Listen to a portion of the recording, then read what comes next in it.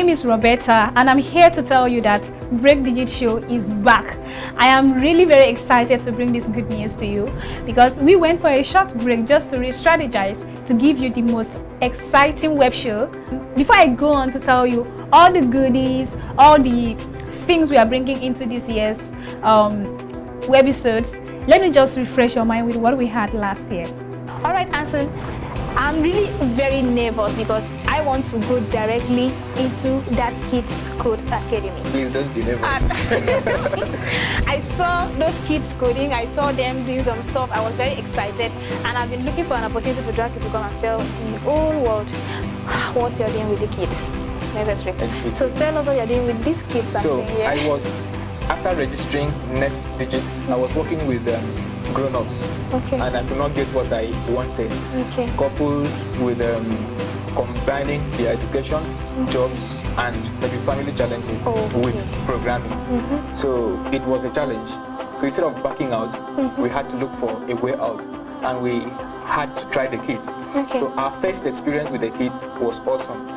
They were smarter, they were enthusiastic, they could not wait for the results to come out. When the parents come to pick them home in the evening, they ignore their parents. They don't want to go. They want to continue coding. So you could see the energy they were channeling into this. They were happy seeing that if they could do this and it's working on their mobile phones, Android devices. So it was awesome.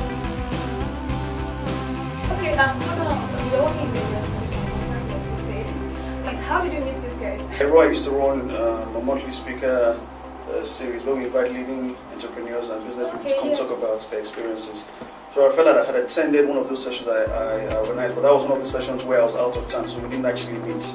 But then a few months later, a mutual friend invited us both to speak at a career development session. When we met there, we spoke. But we didn't see each other for maybe the next 9 months. Maybe we'd hear about what I was doing, I would hear about what he was doing. And then when Rocket Internet, the company which was the initial investor in Jumia, came to Nigeria, they were looking for people who they thought could run the business professionally. They had approached Raphael. I think Raphael then was probably employee number 1, and I was employee number 2. So I think when I went, we had to go meet the guys at the hotel to discuss about the business and see how we could get this thing off the ground. I met Raphael and I said, I know this guy. So we started talking, and very soon we built the same company since then. Partnership made it happen. Honestly, I can only say that you guys sitting down behind the scene, you guys were just cracking up, laughing. I like the mutual chemistry going on. It's really seamless, and I see that if bosses could unite like this, it means great potential for employees too. What inspired you to start this venture? Well, I wish I could say it the way everybody says, like it dropped in my head one night, you know. But really, Cabo started. My partner, we were working on what can we do together, what can we create, what can we solve.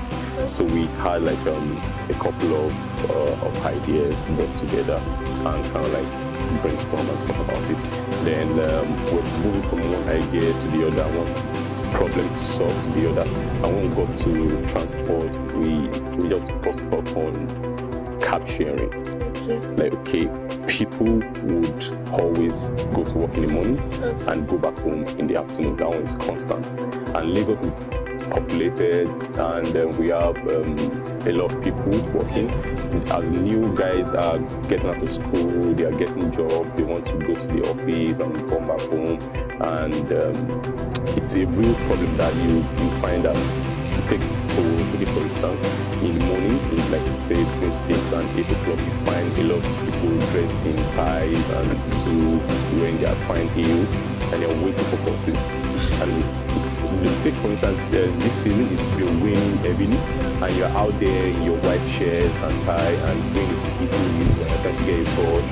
And yeah, exactly, you probably have to finish in the afternoon, so we thought, if people don't want to take buses because it's kind of like rough and not really nice, a nice transport system in Lagos, and they can't afford the cabs because they are really expensive. Very, very expensive. Exactly. So, and you know, a lot of times you find yourself in a situation whereby you are at the park and you are looking at the next person beside you and you almost want the person, bros, could we just like hack one together and take a cab instead of waiting in here all day?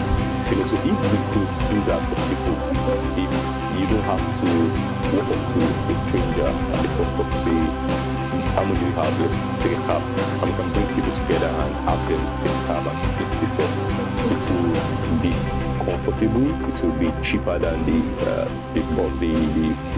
taxis, and it's going to be more comfortable than buses. Okay. And so this is to address the issue of transportation for people that are going to work in the morning and coming back. So we just got stuck on Cabo and we didn't want to let it go.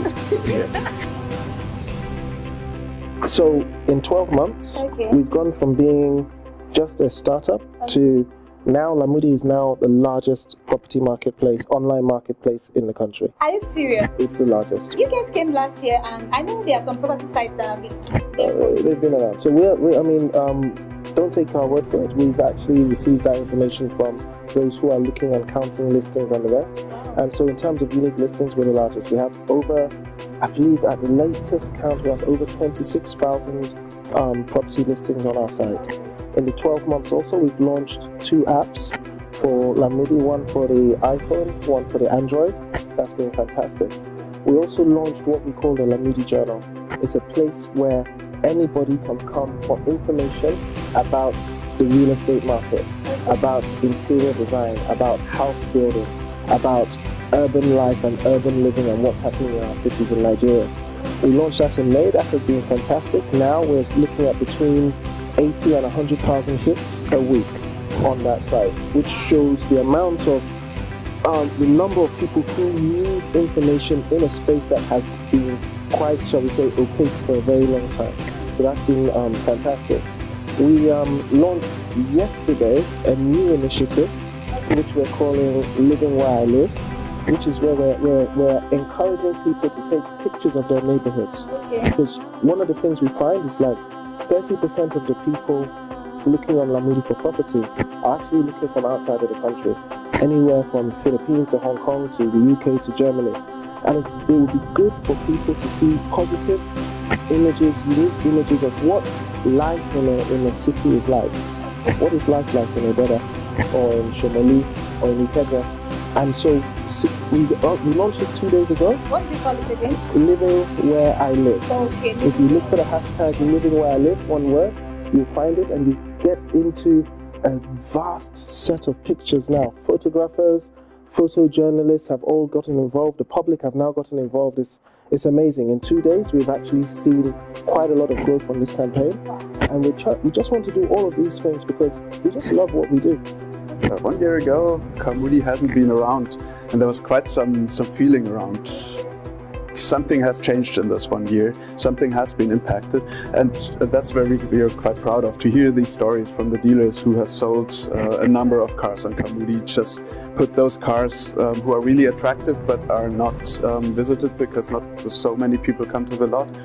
They put them on the right spot in Lamudi with the right price and sold it. But also these stories from the buyers, which have found the car that they really like, not just some car, but the green cabriolet or whatever is your dream car, and I'm looking forward to hear that. They found that on Lamudi, and that's all the stories that make us proud that we had an impact in this 1 year.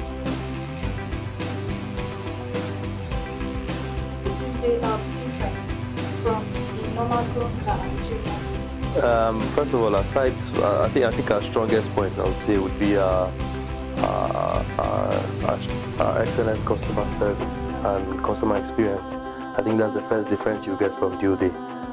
Beyond anything, we have adopted a model which is a 360 model for customer experience and delivery. And that's because in most times, most of the traditional e-commerce companies have a system where the customer comes first and then the product is delivered to them. But because we have a service-based business as well, which is 50%, but 50% product and 50% service-based, and because we have a a service-based business, we've also developed ourselves to have a 360 cycle where the customer comes to purchase and we follow the customer through to redemption at the merchant's location. So that means that you build a system around ensuring that the customer is satisfied all the time. Today on this episode, we have to stop this Startup Founders season to feature this woman. I've seen what she's been doing on the internet space and it's really amazing. Having had this interview with so many people and I've not come across any woman, today is the first time we are going to feature a woman on this show, and it's no other person than this very woman who helped a lot of companies, individuals achieve exciting digital media and social media milestones. So you are in for a very sweet ride this morning. Stay with us and welcome Caroline Wabara to the show. Wow, Caroline. Welcome. I hope I got your name right. I get almost everybody's name wrong. Caroline Wabara, right? Yes. Okay, yeah, welcome to the show. I've been seeing a lot of things you do online, and when I check into your LinkedIn profile, I see a lot of people say, oh, Caroline helped me do this, Caroline helped me do that. And I'm like, wow, this must be a very good lady. And then I scrolled down and I saw some other things which we are going to talk about on the show. So can you just give us a background of yourself?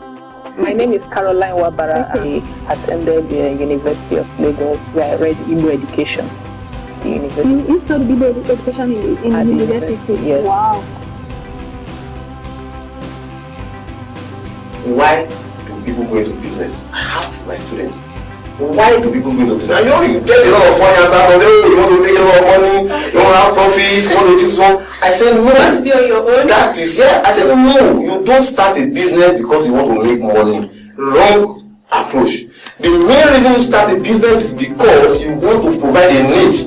You must identify a need. If you have, for example, I drive towards Awolowo every day. When I get to that Olowu junction, I see a lot of people standing there looking for buses, looking for transit to get to their offices, to get to their rooms, to go to where they are going to. That is a need. If you identify that need, some people will be ready to part with money if you can solve that problem.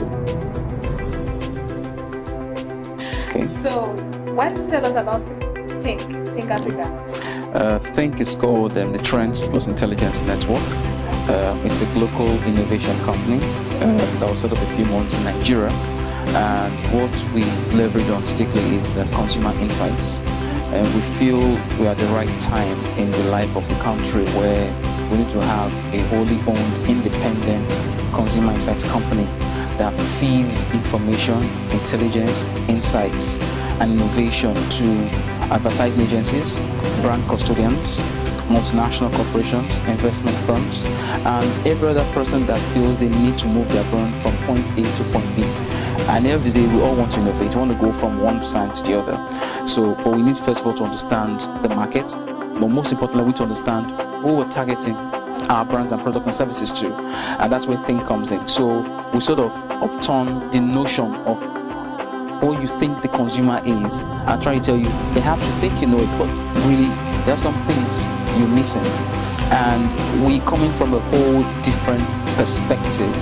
Think creates intelligence from a cultural and intelligence a mindset. Right? Okay. Just tell us briefly. Background. Okay, basically I grew up in Ibadan. Okay. Then I studied in Futa. So basically, when it comes to academics, I'm a geologist. Wow. That's what I went to school training, and actually I'm good in it. But anyway, when it comes to passion, I love IT. Basically, back in school, most of my friends were guys who were doing computer science, studying computer science. So they inflicted exactly that spirit of technology. Exactly. So that was then when dabbled into programming and all. Okay. There was a time I was like in part 1, we had like basic programming. Actually, it's compulsory for all. Had to be compulsory for all our levels. Okay. So basically, I actually beat the computer science guys, and they actually had to call me. Who is this guy that actually beat our student that is in? Geology. How is this classified ads going to make money? Because someone posts an ad there, I go to meet that person somewhere else, I pay for the product, I take it home. So how are you guys going to make money? That's a very good question. And their strategy, not only here, but actually in other places in Africa as well, is that we end this in the long run. You cannot just go and say from year one you want to start earning money. Yeah. You need to make a name for yourself, and ideally in the classifieds market actually be the leading platform. Then in the long term there might be different spin-offs or other opportunities to earn money. Okay. But I mean, it's pretty much mass market when you do classifieds. So there are many different options to gain revenue. For example, spin-offs and the horizontals later. Okay. Relevant. I know there's already a lot of horizontal classifieds when you're talking cars and property and so on. That's one part. There's also having businesses who have their own homepages. If you look at maybe European markets, often, even if I have my own little shop, I have a homepage where people can buy things. But traffic might be a bit low. So that's one of the things in the longer run when people start getting homepages maybe here as well. They can buy having that access through the portal. But right now, we actually just want to build it and see what we can get from this. So we're not planning to all of a sudden charge money for the service. We might have some additional services coming out later, but that's not in the first 3 or 4 years. Wow, not in the first 3-4 years. So if you know that if you are in a hurry to make money from your startup, you may not want to try classified ads. It was an amazing moment. I'm really excited to bring this, all of this to you. So you may be wondering, what do we have for you this year? Okay, I'm going to tell you. One of those things we are going to be having on the show is we are going to take you. We are not just going to bring the show to you. We are going to take you behind the scene and give placing faces in all the startups we are going to be bringing to you. So what that means is that we are going to go into the building and workspaces of these companies and let you know the people that work there, that make these things happen, how they do it, how you can work there, a whole lot of the other things. So tell me, is that not exciting? Is that not going to be exciting? Also, we're going to be going to startup events, cover startup events for you, bring you startup news, investors relation, and you know, everything, just everything you could think of that will make a successful startup. So and there are going to be goodies too. There are going to be so much goodies anyway. So stick with me, just stick there. Always make sure you come to 2tv.net. If you want to be featured on this show, maybe you have an amazing startup somewhere and you want to be featured on this show, you know what to do. Send us an email at info@2tv.net. You may also drop us a mail on our Facebook page at 2tv.net, on Twitter, 2tv.net. Please spread the word. Let's get some excitement driving. So until next week, when I will be bringing you the very first episode of this BreakDigitShow. Stay tuned, stay off trouble, and make sure you keep doing the right thing. Bye.